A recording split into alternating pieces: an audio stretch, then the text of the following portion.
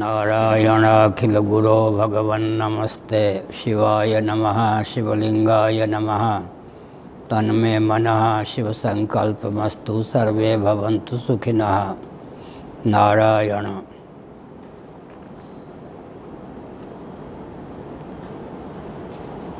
मान्य श्री अमर सिंह जी ने अमरकोश नामक ग्रंथ में ज्ञान और विज्ञान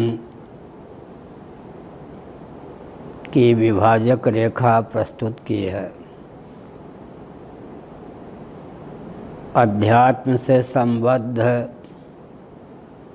बोध का नाम उन्होंने ज्ञान दिया, शिल्पादि से संबद्ध बोध को उन्होंने विज्ञान कहा।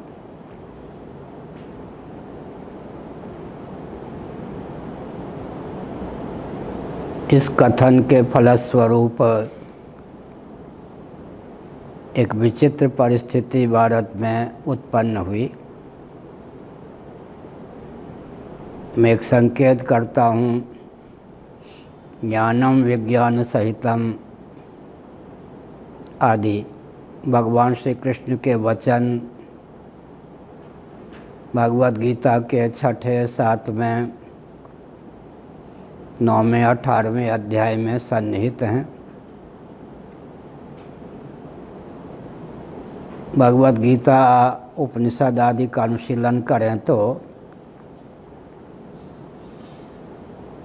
अध्यात्म ज्ञान के अतिरिक्त और कोई ज्ञान सिद्ध नहीं होता, क्योंकि वेदांत प्रस्थान में जो ब्रह्मात्म तत्व है, सच्चिदानंद स्वरूप सर्वेश्वर है, वही जगत का निमित्त और उपादान कारण दोनों है। आधुनिक भाषा में मेकर और मैटर दोनों है। तैत्तिरीय उपनिषद का अनुशीलन करें तो तस्माद् वाय तस्माद् आत्मना आकाश संभूतः, आत्मा से आकाश, आकाश से वायु, वायु से अग्नि, अग्नि से जल, जल से पृथ्वी, पृथ्वी से पार्थिव प्रपंच की समुत्पत्ति का वर्णन है। अध्यात्म तत्व को जानने वाला पंचभूत का ज्ञान प्राप्त ही कर लेता है।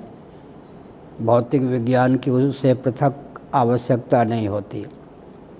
लेकिन शिल्पादि को ही अगर हम विज्ञान मानेंगे तो आवश्यक नहीं कि उस विज्ञान से संपन्न व्यक्ति आत्मा को स्थिर सत्य माने, ईश्वर का अस्तित्व ही माने।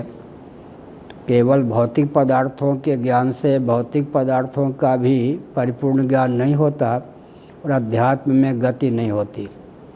और अध्यात्म वेत्ता जो होता है वो सर्वज्ञ हो जाता है, क्योंकि एक के विज्ञान से सर्व विज्ञान की सिद्धि हो जाती है।